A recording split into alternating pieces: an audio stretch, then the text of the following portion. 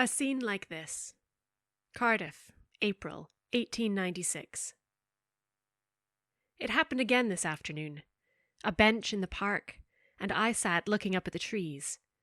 The tips of each branch the finest green against the sky, and the buds just opening. I was on my own, looking at those perfect colours, thinking about paint and perspective, when a man walked up to me smiling. He was young, glowing, and I'm too old for that sort of thing, only I forget sometimes. I looked away, smoothed my skirt, and then he sat down next to me without asking. His strange smile made me think I must have looked odd, craning up at the leaves. Only no, that wasn't it at all. He asked if he could tell me something, and gripped the edge of the bench as he spoke. Of course, I said yes, because it would be rude not to. And he told me he'd just come within an inch of taking his life, but didn't. Chose not to, he said, and laughed.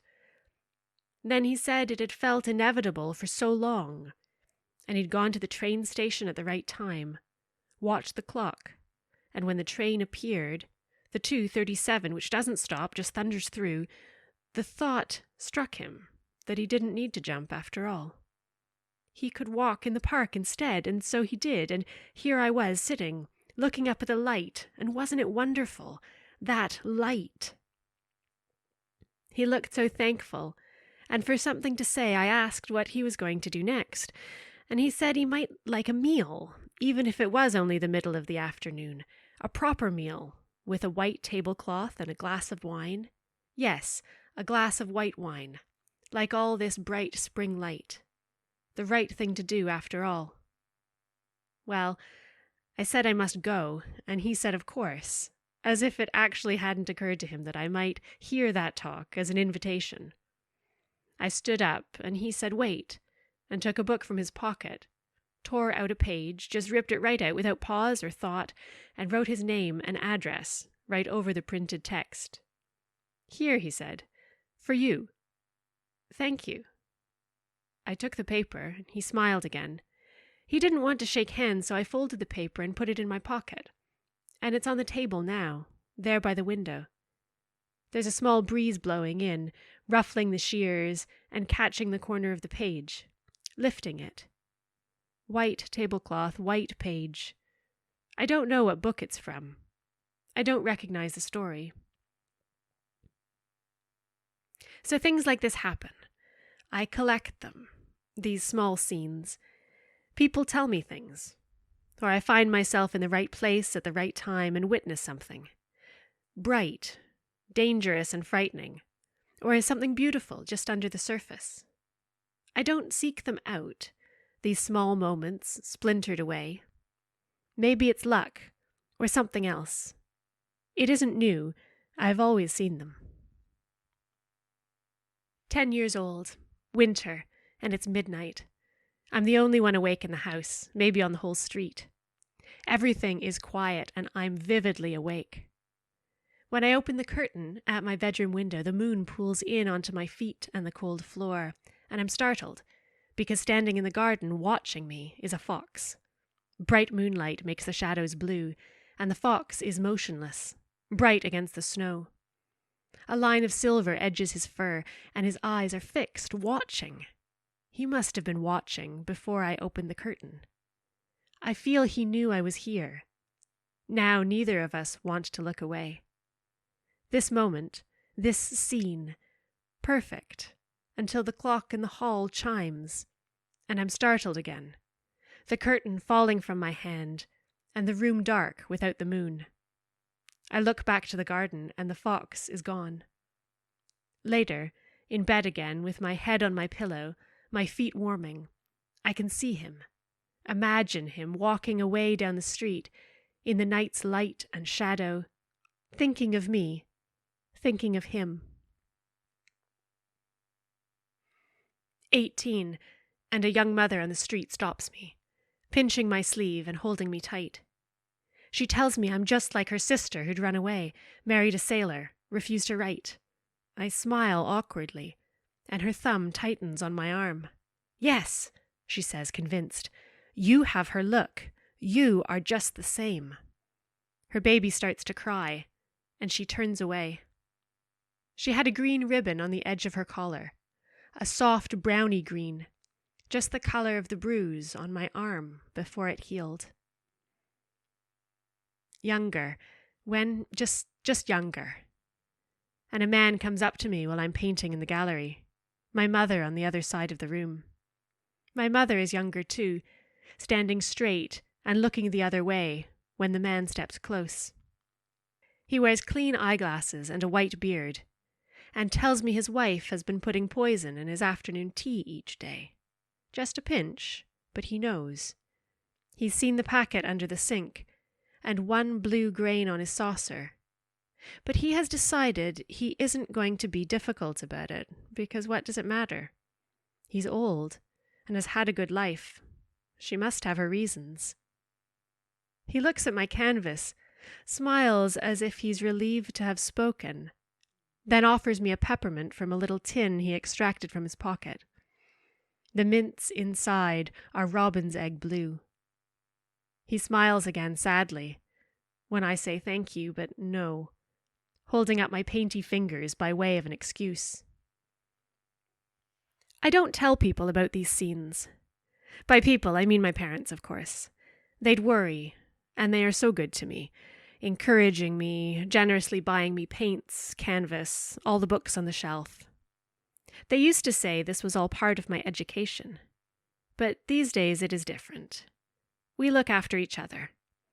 My mother needs nursing now, and my father is understanding but not practical.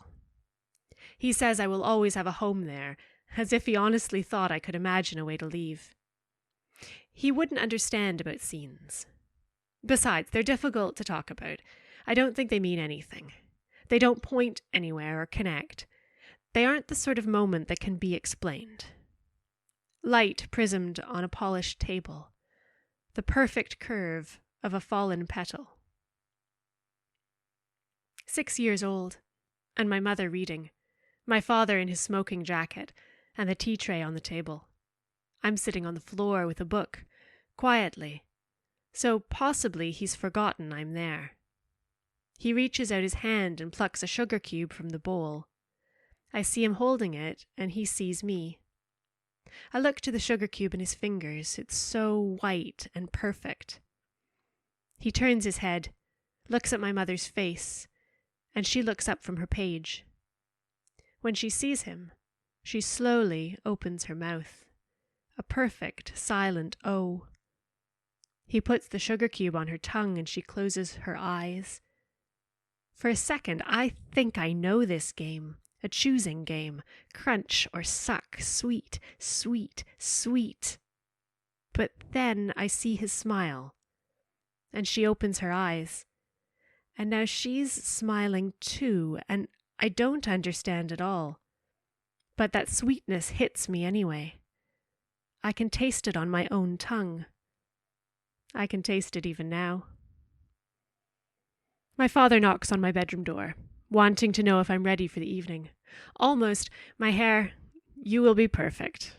Your mother can't find her. We'll need to leave shortly. He breaks his speech protectively, and I quickly push my last hairpin in place. This evening, we 3 are going out together, to the South Wales Art Society Gallery, to a meeting of the Cardiff Photographic Society. It's one of my father's interests, though not a hobby. He's interested in the theory of photography, the idea of catching a true-to-life image, of stopping time. I've argued that painting does the same thing, but he disagrees. Painting, he says, creates time. It may capture form and color, but it makes something new. It's not a reproduction, but an expression of what is seen. He thinks things through carefully. My mother listens and nods, and I write words down in my notebook to consider later, making sketches to help me remember. I'll need to do something with the scene I saw this afternoon. The green buds in the park, the shifting, warming light. I won't draw the young men, though. People are too difficult. And my most successful works are landscapes, mainly seasides, because I like painting the rush of the waves. Any people I include tend to look like trees, heavy and rooted with no discernible feelings. They offer no beauty to the composition.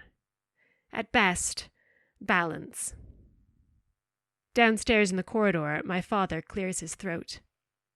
When I go through to her room, my mother is waiting for me. She'd like a clean chemise and a fresher dress if it isn't a bother. I lay the clothes out on the bed, then help her to undress and dress again. When I lift her arm, fold hand, slot arm through sleeve, I think of the softness of children. I'd always assumed I'd have my own, but now I won't. I look after her instead, and think of her as a child, her own mother helping her years ago. Neither of us speak, and she's patient with both of us, which makes our routine easier. What is difficult is the thought that this will only get harder. Now she's weak, but later she'll be old and fragile. Tonight at the gallery, an American will be demonstrating an invention he hopes to show at the upcoming exhibition. My father says he's also hoping for sponsorship, which is why he's approaching the society. His name is Mr. Bert Akers. A strange name, I thought. And he has a strange invention to share, a kind of magic lantern, like the Sunday school uses to show slides of the Holy Land and missionaries in Africa. Only this time the pictures move. If it is true, it will be astonishing to see. "Another Edison," my father said at breakfast. "Come right to Cardiff. We'll all go, won't we? That would be a good idea." My mother smiled and nodded, said she'd like that. She'd manage. We last went to the gallery before Christmas, for an evening at home with Mrs. Austen. Though I hadn't been enrolled in her painting classes for several seasons, she's been continually generous with invitations and appreciative of my art, though she tends to remember my watercolor flowers better than anything I've painted recently. She calls them delicate and accurate. The gallery's on Queen Street, not far from the castle. The afternoon had been warm, but the temperature dropped, and now the air is cold. We walk slowly from the cab, and my mother holds her shawl too tightly. It's pulling across her back, making anxious horizontals across her shoulders. I'm glad to be wearing gloves. The door is propped open, and inside there are more people than we expected, standing in clutches and bunches, blocking the way. My father's practiced at supporting my mother without drawing attention, providing a strong arm as he greets and speaks with acquaintances on the way up the stairs. Mr. Thomas I know from church on Sunday, and there's a couple whose daughters I was in school with, and other members of the Photographic Society I recognize. My father nods at 3 thin men with notebooks, pressmen to be sure, and I think Mr. Akers is guaranteed his funding if he's gathered attention like this. The demonstration is to be held in the second gallery, a long room with windows overlooking the street. The curtains have been drawn, and the walls are bare, except for one large painting that hangs near the door. A group of students stand nearby, blocking most of the view, but I can see gladiola spears in the top right corner, and Mrs. Austen's pointillism. Chairs have been arranged in rows facing a large screen, in front of which a table sits, draped in a dark length of cloth. There's a smell of limelight in the air. My father takes seats near, but not eagerly near, the screen, and he says he's glad we've come early, as it looks to be a crowded event. "Plenty of time," my mother says vaguely, scanning the room for familiar faces. "Can you see any of your friends here?" She still speaks to me as if I'm a child. She forgets. 2 men stand at the front of the room, facing away from the chairs. One older, one younger, but not as young as the man I met in the park this afternoon. My own age, I think. 40, 20. Not really young at all. More than halfway there if you trust the numbers. He's snapping his fingers as he speaks, keeping time like a metronome, like he's counting. The man with him, the older one, laughs, and I know him. Mr. Allen, the president of the Photographic Society. My father told me that he would be introducing the American this evening, so the counting man must be Mr. Akers. Mr. Allen steps forwards and claps his hands. The room quiets. He welcomes us with elaborate words, his hands held behind his back, and he looks from one side of the room to the other as he speaks. Mr. Bert Akers is, Mr. Allen says, a remarkable man. An orphan of the American Civil War, who, reaching the age of majority, moved to London, where he first perceived his calling as a man of science. He found employment managing a dry plate works in Barnet, and experimented with chronophotographic time-lapse studies of clouds. That early work led him to develop the kineopticon, a marvelous invention which takes a series of photographs and links them together seamlessly to create the illusion of movement. Mr. Allen pauses for effect at this point, and my father obliges by clapping his hands. And that is the invention we have gathered together this evening to witness. This instrument has already caused a great sensation in London at the Royal Photographic Society in January, and in many of our large towns. We are utterly delighted to be able to witness this innovative invention here in Cardiff this evening, in anticipation of a longer, brighter display during the upcoming Fine Art, Industrial, and Maritime exhibition. More applause, and Mr. Allen welcomes Mr. Akers to begin his presentation. As the American steps forward, an assistant removes the draping from the table so we can see the invention. It's a large wooden box, brightly polished, with a brass tube that resembles both a nose and a cannon sticking out towards the screen. On one side there's a crank handle, like on a sewing machine, its grip black like vulcanite. The box is about the size of a sewing machine, too. You could hold it in your arms, but it looks too heavy to lift. It's strange to think that there are scenes in there. Clouds that move, people walking. Mr. Akers spends a few moments explaining the technicalities of his invention and some of the difficulties with which he had to contend in bringing it to its present state of perfection.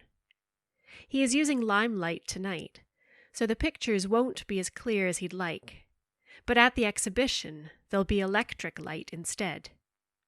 He is also in the process of manufacturing a new and more transparent film, which, combined with the extra power of the electricity, will enable far sharper pictures indeed. His accent sounds flatly American, but lifts with enthusiasm now and then. His chevroned mustache is trim, and he's snapping his fingers again, keeping time with his syllables. The pressmen write down every word, and Mr. Akers says that he will take questions a little later in his presentation. My father and my mother sit side by side, facing forward. Now the gas lights on the wall are dimmed, and the kineopticon is lit. Greenish figures appear on the screen. Men around a table, playing cards. The contrast of card and table, the motion of taking turns. It only lasts a few moments, and it's impossible to tell the difference between red and black. But now, a grander scene. Soldiers stand in steady lines, straight as rulers, saluting a solid official with a chest full of medals and a turned-up mustache. Mr. Akers says it's the Emperor of Germany, that he'd had the chance to film this review last year when his travels were sponsored by Stolwerk, the fine German chocolate company. A rewarding way to travel, he says, and there's laughter in the room. The soldiers start to march, stiff-legged, abrupt. And now a new scene, a tiger, behind bars, pacing until a hand reaches out, throwing meat, a silent roar. Mr. Allen interrupts to say there'll be a tiger at the Cardiff exhibition too, as part of the jungle display. And all being well, Mr. Akers will be able to produce more of this immaculate wildlife photography. Mr. Akers nods and says he'd like that. animals prove popular on film. "Are there any questions to ask Mr. Akers at this point in the demonstration?" Mr. Allen asks. "Scientific, social, or popular, as the fancy takes. All questions are welcome and valid in this assembly. Yes, Mr. Thomas, what is your inquiry?" "Sir, I am thoroughly enjoying this evening's presentation, but I do have a question of provenance to ask. A few years ago I was in the Americas, and was able to see a similar machine in operation at the Brooklyn Institute of Arts and Sciences, made by a Mr. Thomas Edison. Did you steal your ideas from him?" Mr. Akers laughs and adjusts his jacket. "Aha, well-educated spectator, I see, and an excellent question. But we Americans are not all bandits, I must say. You will have observed that Mr. Edison's machine, which he called a kinetoscope, is designed to be viewed by one individual at a time, through a sort of peephole. An uncomfortable arrangement, and one that does not make for a convenient social engagement. Since then he's been devising a kinetograph, a kind of camera that records moving pictures, and this is similar in design to my own invention, though my own kineopticon projector makes it easier to share these films with a wider audience. Often civilization moves forward with multiple efforts along similar lines. I wish him every luck with his efforts, though I recently heard that his most accomplished film to date records his assistant in the act of taking snuff and then sneezing. Maybe you found the representation of the tiger more exciting than that. Who's to say? Does anyone else have another question at this time?" "I do, but I don't speak. If I was brave, I would ask him how he chooses. What makes a good moving picture? Is it composition, feeling, or subject? Why is it obvious that a room full of strangers will be interested in a card game, or an emperor, or a tiger? Why are these things worth sharing? How do you know? And how do you know when to start, and when to come to an end? When is a scene over?" The room stays quiet, expectant, and I say nothing. Mr. Akers returns to his machine. "Now, the next set of pictures is longer," he continues, "and I hope you will find it to your interest. It was an exciting piece to film, and so far audiences have responded favorably. The first Sunday in June, Epsom. Ladies and gentlemen, I give you last year's Derby race." My father leans forward to see, and on the screen, the course is a wide, empty path. The stands crowded, and 2 horses appear, followed by 4 more. They're moving more slowly than I'd expect, but I haven't been to the races, so I'm not sure. There seems to be a great distance between the horses, too, and now more following at a good but unrushed pace. I turn to look at my father, but he's only looking at the screen. Now there's a pause. The course empty again, and my father tenses, leaning in. He reaches for my mother's hand, holds it tightly against his chest, like a child holds a toy. She turns, surprised, watching him, her face soft and focused, and I see her give his fingers a reassuring squeeze. Suddenly, in the bottom of the screen, the close inside of the course, more horses, bunched together now, flying. My father lets out a shout, and Mr. Akers looks startled but pleased, as on the screen the horses pass, and the crowd surges out to fill the course. Men in jackets waving, striding forth, a few turning back as if to look in the camera, a woman in a pale blouse and a neat waist, and my father beside me, his face aglow. "A close race that was," Mr. Akers says, "and a very good day to film. I think the film turned out quite well, don't you? That first jockey in the pale colours of Lord Rosebery was quite clear on the lead horse, and as you'll know, it was Sir Visto who won the race." "Can we see it again?" My mother's voice is tentative, but strong and sweet, as she raises her right hand to get Mr. Acres' attention, her left still holding on to my father. Of course we can," Mr. Acres answers. "I'm so glad you liked it, ma'am. It really was a fine day to make a film." It takes him a short moment to return the film to the beginning, and when he's ready, he invites us to help him count down. And we do, all together, our voices like children now, excited to see the horses run. His final film takes us to the seaside, where the waves rush in. And it's true, and even better than horses. Physical, like every seaside everywhere, making you breathless to see how it keeps on going. Because that is the truth about the sea, isn't it? It always will keep going. The next morning, my father reads out the newspaper at the breakfast table. The representation of the waves at Dover was very real, and as each breaker rolled in, rounds of applause were accorded by the delighted spectators. This was the longest of the pictures, and, as showing the numbers of the photographs required to produce a scene like this, it was stated that this wave representation was the result of 2,500 separate photographs. At the close, Mr. Acres was accorded a hearty vote of thanks upon the proposition of Mr. S. W. Allen and seconded by Mr. T. H. Thomas.